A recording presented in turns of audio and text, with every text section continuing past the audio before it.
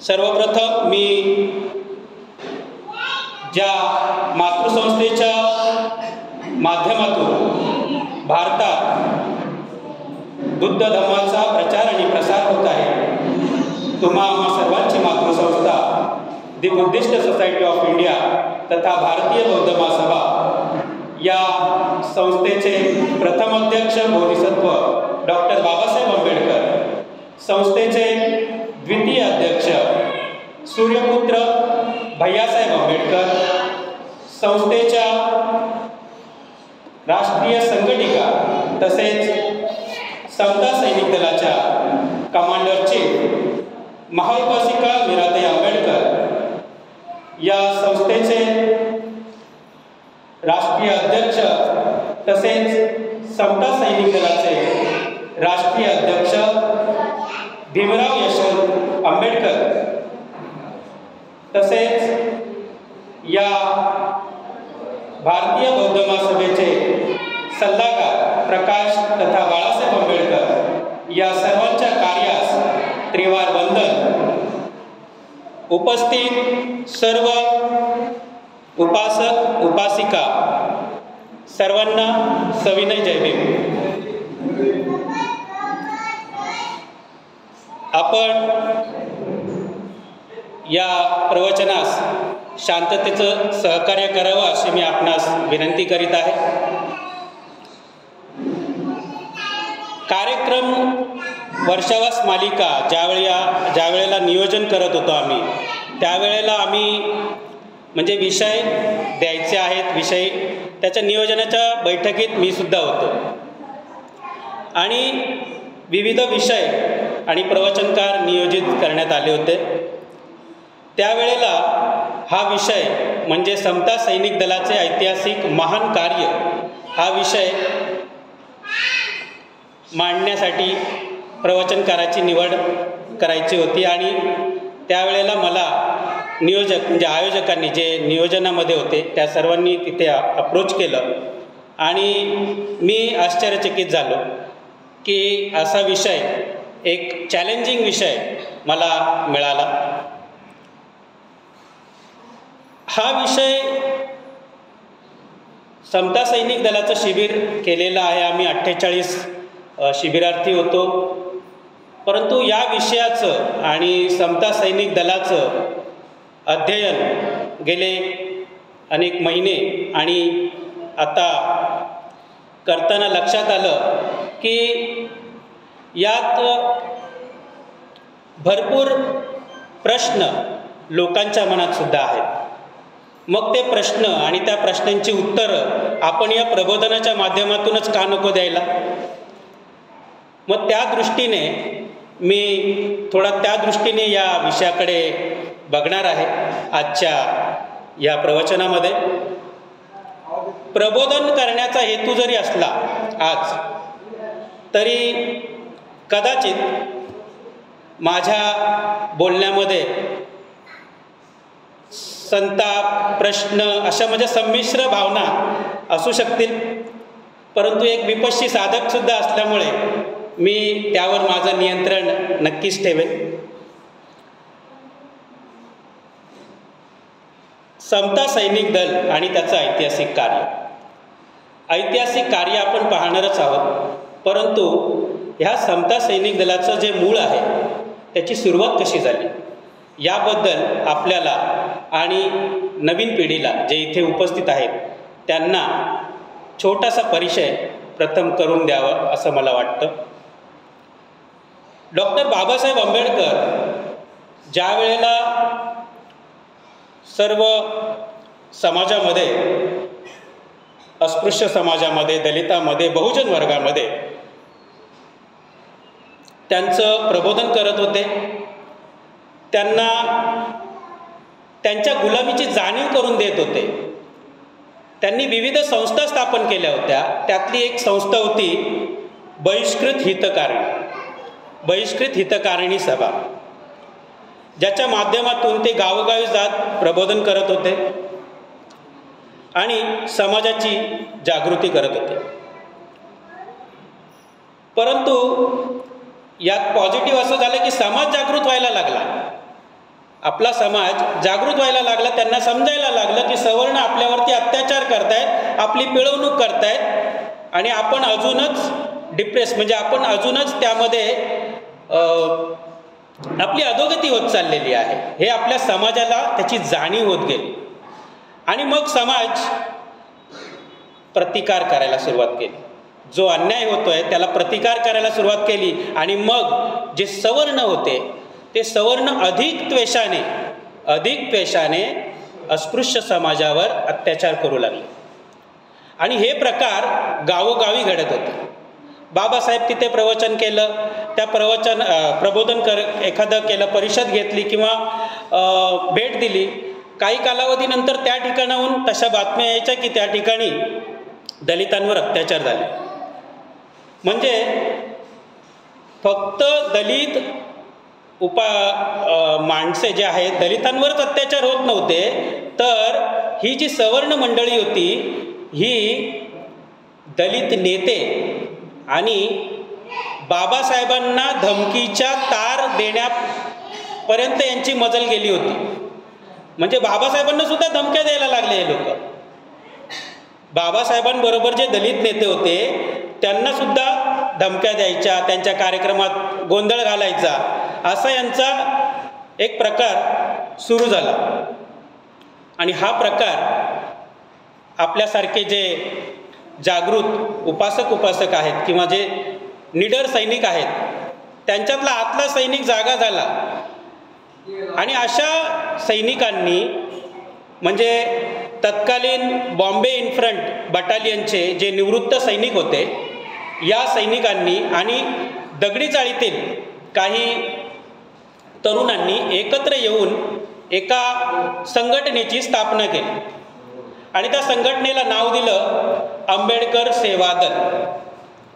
आता हे आंबेडकर सेवा दल स्थापन तर त्यांनी केलं, परंतु त्याला एक आपण अंडरग्राऊंड म्हणतो अशा पद्धतीने याची कल्पना बाबासाहेबांनाही नाही. बाबासाहेब ज्या ठिकाणी प्रबोधनाच्या कार्यक्रमाला परिषदांना जायचे त्या ठिकाणी हे लोक शिस्तीत लोकांना कसं बसवायचं, त्या ठिकाणची सुरक्षा कशी राखायची या आणि इतर नियोजनामध्ये हे जे आंबेडकर सेवा दल आहे हे कार्य करू लागलं. असं कार्य चालू होतं निरंतर. तसेच 1923ची घटना आहे ज्या वेळेला मुंबई विधिमंडळामध्ये सार्वजनिक ठिकाणी सर्व मानव जातीला म्हणजे त्यामध्ये अस्पृश्य आणि सर्व बहुजन आले यांना सार्वजनिक ठिकाणी पाणी पिता यावे यासाठीचं एक ज्याला आपण विधेयक म्हणतो असं विधेयक त्यावेळचे समाजसुधारक C.K. बोले यांनी ते विधिमंडळात मांडलं आणि ते त्यावेळेला मंजूरही झालं. विधेयक मांडलं, मंजूर झालं, पण त्याचं इम्प्लिमेंटेशन प्रॉपर झालं नाही. म्हणजे सर्व नगरपालिकांमध्ये त्यांना सांगण्यात आलं की आता तुम्ही कोणाला विरोध करायचा नाही, पण यामध्ये एक नगरपालिका होती महाड नगरपालिका. त्या नगरपालिकेने हा जो विधिमंडळाचा आदेश होता हा झुगारला. त्यांनी तिथे अस्पृश्यांना पाणी पिण्यास मज्जाव हा कायम ठेवला. जो पहिला होता आदेशसुद्धा आला, म्हणजे 23ला जरी हा आदेश आला असला तो 25ला म्हणजे 1925ला विधिमंडळाने अजून एक ठराव असा मंजूर केला की एखादी नगरपालिका जर या आदेशाचं पालन करत नसेल तर त्यांना शासकीय अनुदान देणार नाही. शासकीय जे अनुदान मिळतं ते अनुदान त्यांना मिळणार नाही. परंतु त्यांना त्याचीही काही चिंता नव्हती की आम्हाला शासकीय अनुदान नको आहे. त्यांना इतके ते धर्मांध झाले होते सवर्ण की त्यांनी तो 1925 सालचा दुसरा आदेशसुद्धा झुगारून लावला आणि त्यांच्या ठिकाणचा स्थानिकचा जो त्यांच्या आतली जी जातीवादी होता तो त्यांनी कायम ठेवला आणि त्या ठिकाणी मज्जाव केला. बाबासाहेबांच्या कानावरती ही बाब पडली आणि 13 मार्च 1927 त्यांनी त्यांच्या सहकाऱ्यांसोबत एक बैठक घेतली आणि ही बैठक होती महाडचा सत्याग्रह आपल्याला करायचा आहे त्या ठिकाणी जाऊ, कारण आपले हक्क असे मागून मिळत नाही तर आपण त्या ठिकाणी सत्याग्रह करायचा आहे असं त्यांची एक नियोजन बैठक त्या ठिकाणी पार पडली. आणि त्या बैठकीमध्ये हे आंबेडकर सेवा दल जे थोड्या वेळापूर्वी मी तुम्हाला सांगितलं याचे कार्यकर्ते त्या ठिकाणी उपस्थित होते, ज्यामध्ये ससालेकर, पराडे, खिलारे, गायकवाड असे विविध कार्यकर्ते त्या ठिकाणी उपस्थित होते. आणि त्यांना कल्पना होती की बाबासाहेब ज्या ज्या ठिकाणी जातात त्या त्या ठिकाणी सवर्ण लोक गोंधळ घालतात. त्यावेळेला ह्या सेवा दलाने बाबासाहेबांना त्या बैठकीमध्ये विनंती केली की बाबासाहेब, महाडच्या ह्या सत्याग्रहाच्या सुरक्षिततेची जबाबदारी तुम्ही आम्हाला सोपवा. बाबासाहेबांनी ते ऐकलं आणि त्यांना विचारलं ग्रुप काय आहे, तर त्यांनी सांगितलं आंबेडकर सेवा दल. बाबासाहेबसुद्धा आश्चर्यचकित झाले की माझ्या नावाने असं एक दल कार्यरत आहे, याची कल्पना बाबासाहेबांना सुद्धा नव्हती. मग बाबासाहेब म्हटले तुम्ही काम चांगलं करतात, परंतु याला नाव आंबेडकर सेवा दल नका देऊ, याला आपण दुसरं नाव देऊया. मग बाबासाहेबांनी त्या बैठकीत या सेवा दलाचं नामकरण केलं आणि त्या आंबेडकर सेवा दलाला समता सैनिक दल असं नामकरण त्या 13 तारखेच्या बैठकीमध्ये त्यांनी नाम सुचवलं बाबासाहेबांनी. आणि त्याची औपचारिक घोषणा जी आहे ती 19 मार्च 1927 रोजी करण्यात आली, ज्याला आपण स्थापना दिवस असं सुद्धा म्हणतो. लगोलग दुसऱ्याच दिवशी 20 मार्चला महाडच्या तळ्यावर पिण्याच्या पाण्यासाठी ऐतिहासिक असा सत्याग्रह करण्यात आला. बाबासाहेबांनी त्या ठिकाणी सर्वप्रथम पाणी पिलं, सगळ्यांना माहिती आहे. आणि असं काही हे नव्हतं की ते पाणी पिल्यावर कोणी अमर होणार होतं, परंतु बाबासाहेबांना त्या ठिकाणी जाणीव धरून द्यायची होती की आम्ही सुद्धा मानव आहोत, आम्हालाही त्या पाण्यावर तितकाच अधिकार आहे जेवढा अधिकार तुमचा आहे. आणि हा जो विचार आहे हा विचार इतका स्पीडली, इतका वेगाने पसरत गेला की ती जी जाणीव आहे की आम्ही इतके दिवस गुलाम होतो हे लोकांना समजायला लागलं. आणि त्यावेळी तो सत्याग्रह त्या ठिकाणी चालला. सगळ्यांना माहिती आहे की त्या सत्याग्रहानंतर त्याच ठिकाणी जे सत्याग्रही होते या सत्याग्रहींना सवर्णांनी मारझोडसुद्धा केली होती. त्या ठिकाणी मारझोड केली त्यांना. आणि त्या ठिकाणी जे समता सैनिक दलाचे आपले सैनिक होते ते संख्येने फार कमी होते, त्यांनी प्रतिकार केला, संख्येने फार कमी होते. ते बाबासाहेबांकडे गेले. बाबासाहेबांना त्यांनी परवानगी घेतली, विचारलं बाबासाहेब तुम्ही आम्हाला फक्त आदेश करा, तुम्ही आदेश करा, यांचा बंदोबस्त आम्ही करतो. परंतु बाबासाहेबांनी त्यांना थांबवलं. त्यांना म्हटलं की तुम्ही तुमच्या गावी जा, तुम्ही तुमच्या गावी जा, तिथे तुमची कोणतरी वाट पाहते, तुम्ही तुमचे परिवार त्या ठिकाणी वाट पाहतोय, या ठिकाणी तुम्ही या वादात किंवा असा हिंसाचार आपल्या वतीने आपण नाही केला पाहिजे, तुम्ही तुमच्या गावी जा. आणि त्यांना शांतपणे घरी जाण्याचं आवाहन, त्यांच्या गावोगावी जाण्याचं आवाहन बाबासाहेबांनी केलं. आणि त्यानंतर हा महाडचा जो सत्याग्रह आहे हा सत्याग्रह पूर्ण देशभरात देशभरात नव्हे तर अमेरिकेत आणि भारताबाहेर इतर देशांमध्ये सुद्धा त्याची बातमी झाली. आणि ॲप्रिशिएट केलं तिकडच्या जे शासन होतं परदेशातील, त्या प्रत्येक शासनाने त्या सत्याग्रहाला ॲप्रिशिएट केलं. मग सुरुवात जी मी सांगत होतो की महाडच्या सत्याग्रहापासून समता सैनिक दलाने एक जबाबदारी घेतली की आता आपल्या समाजाच्या सुरक्षिततेची जबाबदारी समता सैनिक दलाची आहे. त्यानंतर 26 म्हणजे हा जो सत्याग्रह झाला, महाडचा सत्याग्रह झाल्यानंतर सुद्धा तेथील जे स्थानिक सवर्ण होते त्यांनी जे अस्पृश्यांवर अत्याचार करत होते ते अत्याचार त्यांनी बंद नाही केले, थोड्या थोड्या वेळाने कालावधीने ते अत्याचार करतच राहिले. म्हणजे हा 27ला जर सत्याग्रह झाला, तो सत्याग्रह मार्च 27चा तो संघर्ष जो होता तो संघर्ष कंटिन्यू राहिला. मार्च ते जवळजवळ ऑक्टोबर नोव्हेंबरपर्यंत तो संघर्ष कंटिन्यू तसाच होत होता. आणि बाबासाहेबांच्या कानावर ही बातमी पडली. बाबासाहेब चिडले. बाबासाहेब म्हटले, आता मात्र आपल्याला त्या ठिकाणी जाऊन संघर्ष करावा लागेल. मग बाबासाहेबांनी त्या ठिकाणी एक परिषद घ्यायचं ठरवलं. 26 आणि 27 डिसेंबर 1927ला बाबासाहेबांनी महाडमध्ये परिषद आयोजित केली. आणि फक्त परिषद आयोजित नाही केली, तर अस्पृश्यांची त्या ठिकाणी मिरवणूक बाबासाहेबांनी काढली होती. आणि ती मिरवणूक आणि ती जी परिषद आहे ह्याची जी सुरक्षेची जी जबाबदारी होती ती समता सैनिक दलाकडे होती. समता सैनिक दलाला पाठचा म्हणजे महाडचा अनुभव होता. आणि त्यामुळे या वेळेला समता सैनिक दलाचे 50 सैनिक त्या ठिकाणी लाठ्या काठ्या घेऊन तयार होते. त्यांना वाटलं की या वेळेला जर कोणी काही केलं तर आपण त्याला चोख उत्तर द्यायचं. आणि ती जी परिषद आहे त्या परिषदेची पूर्ण जबाबदारी समता सैनिक दलाने घेतली. आणि शांततेत ती जी परिषद आहे डिसेंबर 1927 ती पार पडली. या परिषदेत बाबासाहेबांनी एक मोलाचा सल्ला दिला होता. त्यांनी सर्व दलितांना एक आवाहन केलं की तुमचं जे राहणीमान आहे ते राहणीमान तुम्ही सुधारा, स्वच्छता पाळा. तुम्ही हे जे मेलेल्या गुराढोरांचं मांस खाता हे मांस खाणं बंद करा. शिका, संघटित व्हा, संघर्ष करा.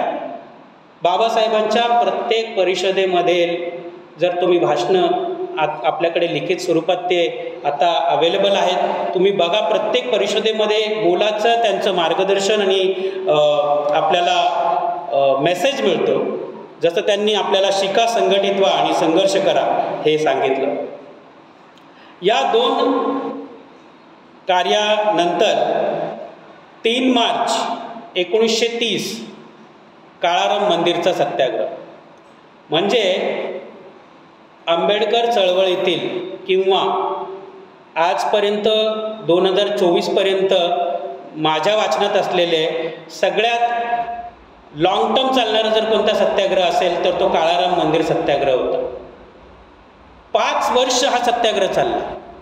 5 वर्ष. विचार करा, 5 वर्ष त्या ठिकाणी ठिय्या आंदोलन साखळी स्वरूपात म्हणा किंवा कंटिन्युअसली म्हणा त्या ठिकाणी आंदोलन, धरणे आंदोलन चालू होतं काळाराम मंदिरला. का? तर आम्हालाही अधिकार आहे, आम्हीही मानव आहोत हे दाखवून द्यायचं होतं. आणि म्हणून त्या ठिकाणी काळाराम मंदिरचा सत्याग्रह, लॉंग टर्म सत्याग्रह ज्याला म्हटलं जातं, तो झाला. आणि त्या सर्व सत्याग्रहाचं जे यशस्वी ज्याला श्रेय जातं ते समता सैनिक दलाला जातं. यानंतर बाबासाहेबांनी समता सैनिक दलाच्या प्रत्येक सैनिकाला जबाबदारी दिली होती. आणि त्या जबाबदाऱ्या आपल्याकडे घटना स्वरूपात सुद्धा उपलब्ध आहेत, ज्यामध्ये त्यांनी सांगितलं होतं की इनिशियल स्टेजला की हा जो समाज आहे हा अशिक्षित आहे. म्हणजे वर्तमानपत्र येतात, ही वर्तमानपत्र वाचायची आणि वाचून त्यांना ती समजवायची. सध्या घटनेला, सद्यस्थितीला काय घडामोडी होत आहेत या वर्तमानपत्रात येत आहेत, या तुम्ही त्यांना वाचून समजवायच्या आहेत, सांगायच्या आहेत. ही जबाबदारी बाबासाहेबांनी एक त्यांना दिली होती. समाजाचं सुरक्षा हे तर त्यांचं कोर ड्युटी होतीच, परंतु त्यांनी समाजाचं प्रबोधन करण्याची जबाबदारीसुद्धा समता सैनिक दलाकडे दिली होती. प्रबोधन करता करता आणि बाबासाहेबांचा जो स्वतंत्र मजदूर पक्ष होता, या स्वतंत्र मजदूर पक्षाचं एक प्रकारे त्या ठिकाणी प्रचार आणि प्रसारसुद्धा होत होता. म्हणजे फक्त निवडणुकीसाठी नाही, परंतु प्रबोधनासाठी ज्या वेळेला समता सैनिक दलाचे सैनिक लोकांपर्यंत पोहोचत होते, तो इतका डीपली तो प्रचार प्रसार झाला की 1937 साली ज्या वेळेला सार्वत्रिक निवडणुका लागल्या या सार्वत्रिक निवडणुकांमध्ये स्वतंत्र मजदूर पक्षाचे 17 जे हे होते उमेदवार होते, त्या 17 उमेदवारांपैकी 13 उमेदवार निवडून आले आणि बाबासाहेबांनी याचं सुद्धा श्रेय या समता सैनिक दलाने फार मोठा सहभाग त्यावेळेला नोंदवला होता. विचार करा, 17 पैकी 13 लोक निवडून गेले होते बाबासाहेबांच्या स्वतंत्र मजदूर पक्षात. यानंतर समता सैनिक दलाचे विविध अधिवेशनं पार पडत होती, ज्यामध्ये 20 जुलै 1942 नागपूर या ठिकाणी पहिलं अधिवेशन पार पडलं आणि ते अधिवेशन बाबासाहेबांनी ज्याला कोर प्रचार म्हणतात किंवा आपण म्हणतो की आम्ही जे कार्य केलेलं आहे ते स्प्रेड व्हावं, सगळ्यांपर्यंत पोहोचावं. परिषद म्हणजे तिथे हजारो लोक होते, तर त्या लोकांमध्ये महाडचा सत्याग्रह यशस्वीरित्या कसा पार पडला हे त्या ठिकाणी बाबासाहेबांनी नमूद केलं आणि त्या जी परिषद झाली त्यामध्ये बाबासाहेबांनी समता सैनिक दलाचे आभारसुद्धा मानले होते की महाडचा सत्याग्रह ज्या वेळेला झाला त्यानंतर त्याची जी परिषद झाली डिसेंबरमध्ये, त्या परिषदेमध्ये सुद्धा समता सैनिक दलाचं योगदान होतं आणि बाबासाहेबांनी त्याचे आभार मानले. चळवळीची ताकद या परिषदांमधून वाढेल, या अधिवेशनांमधून वाढेल. बाबासाहेबांना याची जाणीव त्या पहिल्या अधिवेशनामध्ये आली आणि त्यानंतर एका पाठोपाठ एक अशी अधिवेशनं, म्हणजे हे जे 42ला अधिवेशन पहिलं अधिवेशन जे झालं त्यानंतर 44ला लगेच जानेवारीमध्ये कानपूरमध्ये दुसरं अधिवेशन झालं आणि या अधिवेशनाचं महत्त्व असं आहे की जी समता सैनिक दल त्याची जी घटना होती ती घटना या अधिवेशनामध्ये मंजूर करण्यात आली किंवा त्याला एक मूर्त स्वरूप प्राप्त झालं. असं टेकअवे ज्याला म्हणतो आपण, ते कानपूर या ठिकाणी झालेल्या अधिवेशनामध्ये घटनेला मूर्त स्वरूप देण्यात आलं. त्यानंतर तिसरं अधिवेशन 6 मे 1945 रोजी बाबासाहेबांनी घेतलं होतं आणि या अधिवेशनामध्ये बाबासाहेबांनी एक महत्त्वाचा संदेश दिला होता की जोवर पुरुष आणि महिला दोन्ही मिळून एकत्र तुम्ही समाजकार्यात उतरत नाही तोवर या प्रबोधनाला किंवा या चळवळीला गती प्राप्त होणार नाही. त्यामुळे मी आवाहन करतो की प्रत्येक स्त्रीने सुद्धा या चळवळीत सहभागी व्हायचं पाहिजे आणि एकत्र येऊन पुरुष आणि स्त्रियांनी एकत्र येऊन लढलं पाहिजे, असा महत्त्वाचा आणि मोलाचा संदेश डॉक्टर बाबासाहेब आंबेडकरांनी आपल्याला 45 सालच्या या अधिवेशनामध्ये दिला होता. म्हणजे बाबासाहेब किती फोरकास्टिंग बघा त्यांचं की 45 साली ते आपल्याला एकीचा महिला आणि पुरुष हे समान आहेत हे त्यांनी त्यावेळापासून आपल्याला सांगत आलेले आहेत आणि त्यांनी महिलांचा सहभाग वाढावा असं त्यावेळेला त्यांनी सांगितलं. या उपर जर आपण पाहिलं तर आत्ता 2024 चालू आहे. भारतीय बौद्ध महासभेची स्थापना होऊन अनेक वर्ष झालेली आहेत. भारतीय बौद्ध महासभेमध्ये गुरुजी correct me if I am wrong 2023 आणि 24मध्ये महिलांना बौद्धाचार्य होण्याची संधी प्राप्त होते. किती वर्षांनी? 2023-24मध्ये आत्ता तो हे झालेला आहे. आणि म्हणजे मला हे सांगून द्यायचं आहे की महिलांना आपल्याला पुढे आणलंच पाहिजे, त्यावेळेला या समाजाची प्रगती होईल. बाबासाहेबांनी हा संदेश आपल्याला 1945 साली दिला होता. तर त्याचं इम्प्लिमेंटेशन आपण हळूवार का होईना परंतु करत आहोत. यानंतर 1956 साली बाबासाहेबांचं निर्माण झालं, परंतु त्यांच्या महापरिनिर्वाणानंतर 1957 साली हरिदास आवळे यांच्या अध्यक्षतेखाली 4थं अधिवेशन पार पडलं आणि ते अधिवेशन मुंबईमध्ये घेण्यात आलं. आणि माझ्या माहितीनुसार हेच ते अधिवेशन होतं ज्यामध्ये RPIची स्थापना झाली होती. आणि स्थापना झाली आणि त्यानंतर त्या स्थापनेनंतर हळूहळू तिचं विभाजनसुद्धा होऊ लागलं. विभाजन असं फक्त RPIचंच झालं नाही, विभाजन समता सैनिक दलाचं सुद्धा झालं. प्रत्येक पक्षाने आपला समता सैनिक दल स्थापन केला. या विषयाचा अभ्यास करताना मला लक्षात आलं, कोणी दिल्लीला स्थापन केलं आहे, कोणी नागपूरला स्थापन केलं आहे. आपल्या परीने प्रत्येकजण आपलं आपलं समता सैनिक दल स्थापन करतोय. कोणाचा निळा ड्रेस कोड, कोणाचा पांढरा ड्रेस कोड. जोवर हे समता सैनिक दल, वेगवेगळे समता सैनिक दल डॉक्टर बाबासाहेब आंबेडकरांच्या ध्येय आणि घटनेनुसार काम करतायत तोवर ठीक आहे. परंतु अशी वेगळी चूल मांडणं हे काही बरोबर नाही. कारण डॉक्टर बाबासाहेब आंबेडकरांनी स्थापन केलेली भारतीय बौद्ध महासभा आणि समता सैनिक दल हे मूळ समता सैनिक दल, ज्याचं हेड ऑफिस आंबेडकर भवन या ठिकाणी आहे, हेच मूळ समता सैनिक दल आहे. आणि इतर प्रवाहातील समता सैनिक दलाच्या सर्व सैनिकांनी त्यांनीसुद्धा या प्रवाहात जुडलं पाहिजे असं मला वाटतं.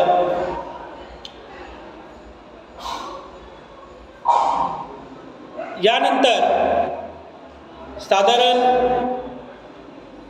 78 साली 1978 साली बाबासाहेबांच्या काही निष्ठावंत कार्यकर्त्यांनी त्यांच्या पश्चात ह्या समता सैनिक दलाची पुनर्गठन जे म्हणतो आपण, ते पुनर्गठन केलं आणि पुन्हा एकदा एक राष्ट्रीय अधिवेशन घेण्यात आलं.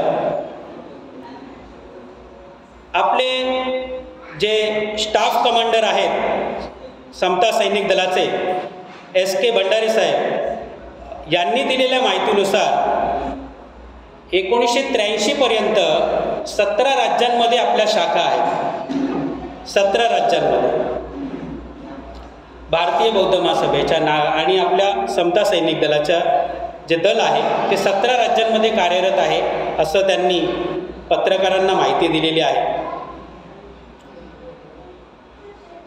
आणि मला असं वाटतं की we have very golden past, फार सुवर्ण असा भूतकाळ आहे आपल्याकडे. छान वाटलं ना आत्तापर्यंत जे ऐकून ते, त्यांचं कार्य म्हणजे गोल्डन पास्ट आहे आपल्याकडे. पण मग आपलं फ्युचर काय आहे? समता सैनिक दलाचं जे फ्युचर आहे ते विजनरी आहे का? हो. समता सैनिक दलाचे कार्याध्यक्ष, समता सैनिक दलाचे जे राष्ट्रीय अध्यक्ष आहेत आदरणीय भीमराव आंबेडकर, हे विजनरी आहेत. आणि आत्ता जे अधिवेशनं झाले त्या अधिवेशनामध्ये त्यांनी त्यांचं विजन मांडलं होतं की समता सैनिक दलामध्ये आपण सहभागी झालं पाहिजे, जास्तीत जास्त सैनिकांची आपण निर्मिती केली पाहिजे असं विजन त्यांनी मांडलं. आपल्या टॉप मॅनेजमेंटनी विजन मांडलं, परंतु मिड मॅनेजमेंट काय करतं? मिड मॅनेजमेंटने त्या पद्धतीने त्याचं इम्प्लिमेंटेशन करायला होतं. तर हे समता सैनिक दल विविध क्षेत्रामध्ये आपल्या, आज आपण बघतो की समता सैनिक दल जयंतीमध्ये किंवा अशा कार्यक्रमांमध्ये आपल्याला 1-2 ड्रेसमध्ये कोणतरी सैनिक दिसतो. परंतु पुढे काय? बाबासाहेबांनी ज्या हेतूसाठी समता सैनिक दलाची स्थापना केली किंवा ज्या हेतू आपल्याला सांगितला होता त्याबद्दल आपण त्याप्रमाणे आपण काम करतो का, याबद्दल आपण विचार करणं गरजेचं आहे. अनेक कार्यकर्ते, म्हणजे आपण आता टॉप मॅनेजमेंट आणि मिड मॅनेजमेंटबद्दल बोललो, परंतु मी आता ग्राउंड लेवलबद्दल बोलतो की ग्राउंड लेवलला या ठिकाणी जिथे आपण बसलो आहे, सिद्धार्थ बुद्ध विहार मांडा टिटवाळा, या ठिकाणी आपल्यासाठी केंद्रीय शिक्षिका हर्षदाताई उबाळे या ठिकाणी उपस्थित आहेत. त्या अंतःकरणाने त्या स्वतःहून पुढाकार घेऊन समता सैनिक दलामध्ये ज्यांनी सैनिक झालेले आहेत त्या सैनिकांना ट्रेनिंग देण्यासाठी स्वतःहून पुढे आल्या. किती प्रतिसाद मिळाला त्यांना? विजय भोईर समाजसेवक आणि RPIचे नेते, ते या ठिकाणी ही वास्तू आपल्याला उपलब्ध करून देतात. म्हणजे ग्राउंड लेवलला आपल्याला ट्रेनर अवेलेबल आहे, आपल्याला सुविधा या ठिकाणी मिळते आहे. मग आपण कमी कुठे पडतो? जर ट्रेनर उपलब्ध आहेत मग समाज एवढा उदासीन का आहे? मला इथे विचारायचं आहे, किती लोकांची वय इथे 45 साधारण आहे? 45 ते 50 हात वरती करा. आहेत 45-50. मी आशा करतो तुमच्या घरात एक मूल तर नक्कीच असेल, फिमेल किंवा जेंट्स आहे, आशा करतो असं. मग आपण याची सुरुवात आपल्या घरातूनच का नाही करायची? आपण आपल्या सोसायटीतल्या लोकांना सांगायला जायचं, आपण दुसऱ्या सोसायटीच्या लोकांना सांगायला जायचं, आपण प्रबोधन करायची. पण याची सुरुवात आपण आपल्या घरातून का नाही करत? बरोबर आहे. जर जे पदाधिकारी आहेत त्या पदाधिकाऱ्यांनी, मी तर बोलतो, आपल्याकडे उदाहरण आहे अडकेते साहेब संरक्षण विभागामध्ये काम करतात. तर त्यांनी त्यांच्या मुलाला सुद्धा सैनिक बनवलेला आहे. मग अशा पद्धतीचा आदर्श अजून एक मोठं उदाहरण तर आपल्याला राष्ट्रीय पातळीवरती आहे, बाळासाहेबांचं, सुजात आंबेडकर. म्हणजे फक्त दुसऱ्यांना ज्ञान नाही देत, तर त्याची सुरुवात आम्ही आमच्या घरातून करतो. अशी अनेक उदाहरणं आपल्याकडे आहेत. तर मला असं म्हणायचं आहे की आपण करतोय, आपण पुढाकार येतोय, सगळ्यांना प्रबोधन करतो, खूप जोराने, खूप छान करतोय आणि त्यासाठी प्रशंसा ही झालीच पाहिजे. परंतु याची सुरुवात आपण घरापासून करूया. आणि मला असं वाटतं की ज्या वेळेला इथे प्रबोधनं होतात, प्रवचनं होतात, तर त्या प्रवचनाचं काहीतरी आउटकम निघालं पाहिजे. आज या ठिकाणी समता सैनिक दलाचा हा जो विषय आहे, मला असं वाटतं की हा विषय झाल्यानंतर समता सैनिक दलाचं एक शिबिर या ठिकाणी झालं पाहिजे आणि त्या शिबिरामध्ये जेवढे पदाधिकारी आहेत त्या पदाधिकाऱ्यांच्या घरातल्यांनी पहिल्यांदा सैनिक बनलं पाहिजे, असं मला या ठिकाणी नमूद करावं असं वाटतं. चळवळ घरातून सुरू केली पाहिजे. ती म्हण आहे ना, ती म्हण मला इथे बोलायची नाही, शिवाजी असावा पण दुसऱ्याच्या घरात नाही. आपल्याला आपल्या घरातूनच सुरुवात केली पाहिजे, असं मला या ठिकाणी सांगावंसं वाटतं. समता सैनिक दलाला आपण इतकं मजबूत करूया की जातीवाद्यांना असं आपल्याला पाहता क्षणी धडकी भरली पाहिजे. पॅन्थरचा इतिहास मी ते सांगणार नाही, परंतु पॅन्थरचं नाव ऐकलं की त्यांना काय होतं माहिती आहे तुम्हाला? मी ते आता बोलू इच्छित नाही, परंतु जशी त्यांना पॅन्थरची भीती होती तशी समता सैनिक दल दिसला की सैनिक दिसला की त्यांना भीती वाटली पाहिजे, असा दरारा आपला निर्माण झाला पाहिजे. मी टिटवाळ्यात बघतो इथे काळ्या टोपीवाले माणसं आणि मला दुःख होतं. टिटवाळ्यात सैनिक नाही आहेत का? भरपूर सैनिक आहेत. 48 सैनिक आम्ही निर्माण केले या ठिकाणी. आणि त्यानंतर हर्षदाताई उबाळेंनी खूप प्रयत्न केला की त्यांना संघटित कसं करता येईल, त्यांना ट्रेनिंग कसं देता येईल. परंतु टाळी एका हाताने वाजत नाही. आपल्याला तेवढाच सहयोग, तेवढंच सहकार्य आपल्याला द्यावं लागेल. तेव्हा कुठे आपण समता सैनिक दलाला अजून मजबूत करू शकतो. थोड्या वेळापूर्वी या ठिकाणी काही पदाधिकाऱ्यांनी विषय मांडला की आता 14 ऑक्टोबर येतं आहे, तर 14 ऑक्टोबरची तयारी करायची. मला सर्व पदाधिकाऱ्यांना असं सांगायचं आहे की 14 ऑक्टोबरची तयारी करायचीच, पण एक आपण टार्गेट ठेवूया की 14 ऑक्टोबरला जेवढे समता सैनिक दलाचे सैनिक आहेत त्या सगळ्या सैनिकांनी टिटवाळ्यात एक लाँग मार्च काढायचा आणि लाँग मार्च करून आपल्या समता सैनिक दलाची ताकद या ठिकाणी दाखवून द्यायची आहे, असं मी या ठिकाणी आवाहन करतो. माझा सूर जर वाढला असेल तर मी त्याबद्दल आपली सर्वांची क्षमा मागतो आणि या ठिकाणी मला जी बोलण्याची संधी दिली त्याबद्दल नालंदा शाखा, त्यांचे पदाधिकारी आणि सर्व शाखांचे पदाधिकारी, उपासक उपासिका यांचे या ठिकाणी आभार मानतो आणि इथेच थांबतो. धन्यवाद. जय भीम.